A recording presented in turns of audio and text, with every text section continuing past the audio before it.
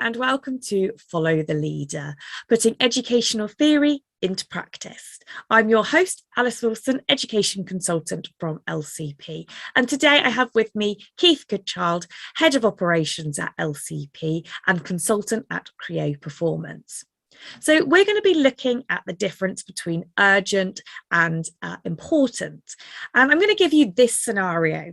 So imagine a child has fallen down in the playground and you are the first responder. So, Keith, what are your thoughts surrounding this? Well, the first thing, if I were in that situation, and I'm sure it happens to others that are confronted with it, is actually, am I empowered to help this child? And do I have the right level of skills and training to help this child in first aid? But most importantly, do I understand the school policy about what should happen in this situation? So I'm going to add a little bit more context here. So in a SLT meeting, the head teacher delegated the health and safety review to the school business manager. Now, unfortunately, due to the pressure of his or her workload, they haven't quite got round to it yet. So you're still probably wondering, how does this all link to the difference between urgent and importance? So Keith, tell us more.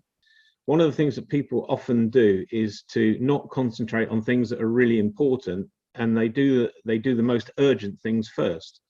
And in this instance, when the head delegated the task of this review to the school business manager, I suspect what's happened here is the school business manager felt that it wasn't as important as doing some of the other things on their agenda. And as a result of that, you are now confronted, or this scenario is confronting a situation where a child needs urgent assistance, but the first responder has no idea of what the school policy is or what to do in the circumstances.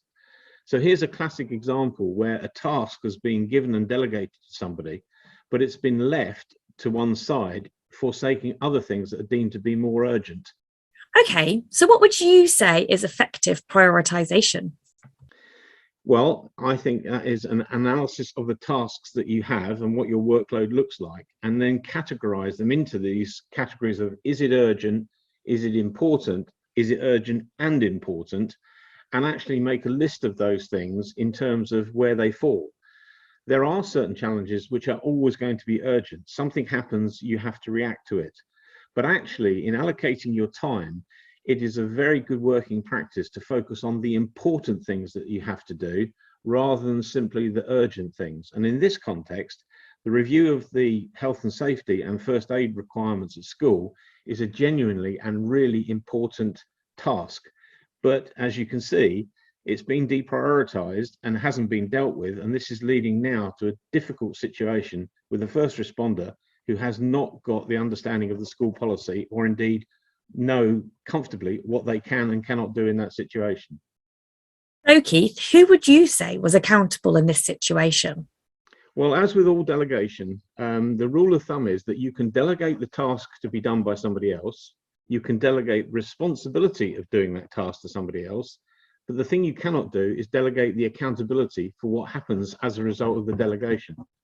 And in this instance, I suspect if we were to replay that SLT meeting, the task was delegated, but actually the delegation process wasn't followed. So a clear brief was probably not given, and more importantly, a timeline for delivery of the task wasn't set properly.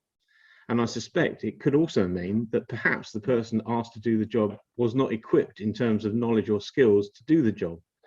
And unfortunately, if that is the case, then delegation falls over. And the rule of thumb is you have to be aware that delegation does not equate to abdication. Thank you ever so much for joining us today. That's us wrapped up for this episode. Join us next week for more. Thank you ever so much. Bye-bye.